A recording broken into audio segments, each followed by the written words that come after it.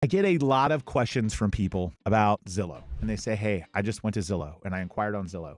And I want to explain to people what happens because I think there's this huge misconception. When you go onto Zillow and if you inquire about a property on Zillow, okay, and you send a message, you say, hey, I want to know more about this house. The majority of consumers have an assumption that they're communicating with the listing agent because many, many years ago, that's exactly what Zillow did.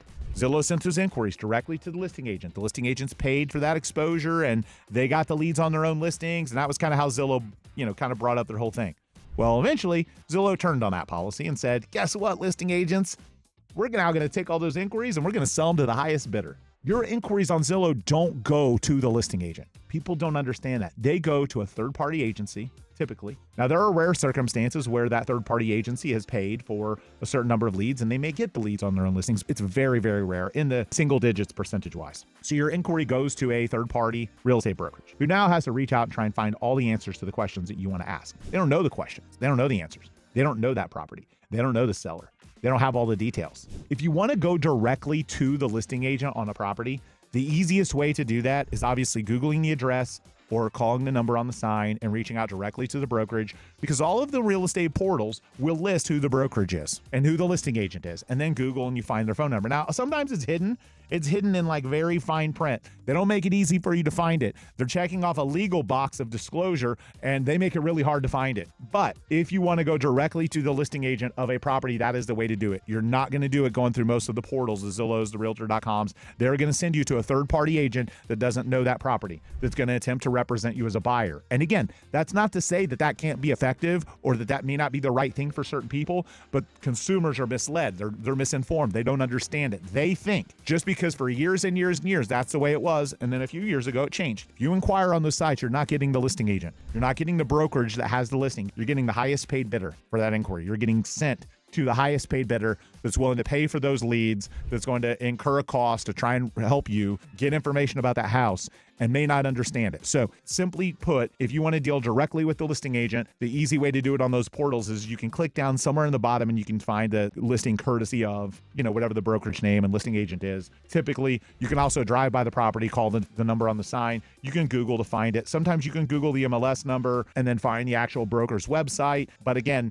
consumers have that misunderstood. We have it happen all the time.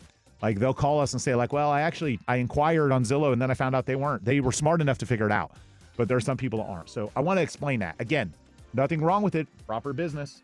I could go all day long about why I don't believe NAR did the right thing in that deal, but it is the way that it is today. So consumers a lot of times have a misunderstanding about that. So one last tip that I want to tell people, if you're a self-employed or business owner borrower, so you're thinking about buying a home and you're self-employed, you own businesses, you have wealth, you have assets. If you're getting a mortgage, please start the process sooner than you think, especially if you're dealing with tax stuff, especially if you write off a lot. Just had somebody not long ago that, high income earner, great wealth, and ran into a bunch of hoops to jump through to qualify for a mortgage that they probably could have gotten their CPAs and other people involved with sooner by starting the process a little sooner. They wanted to close on a house. They wanted to make it happen fast, and it became, really ugly and problematic, and the deal almost fell apart, all because the buyer didn't start the process a little earlier. I think they thought, well, I make all this money, but your taxes don't necessarily show that.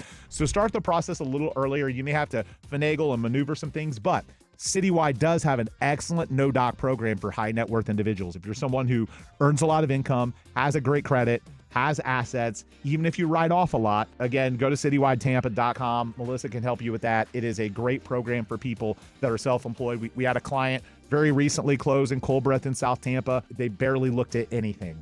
So if you like that convenience, if you are in that status, definitely a way to start the process sooner rather than later. And again, I've done a bunch of those. We just did one recently, and it can be kind of a pain-free way to do it, but not always available. Depends on your asset and worth situation. But the best way to find out about that and more is, again, at citywidetampa.com. And last tip of the day, home buyers, drive by the property you're thinking about buying during non-weekend out, during the time that you're going to commute. Just had somebody recently, I've talked about this on the show before. They bought a house, like, oh, the commute time is 19 minutes to work because they drove it on a Saturday morning.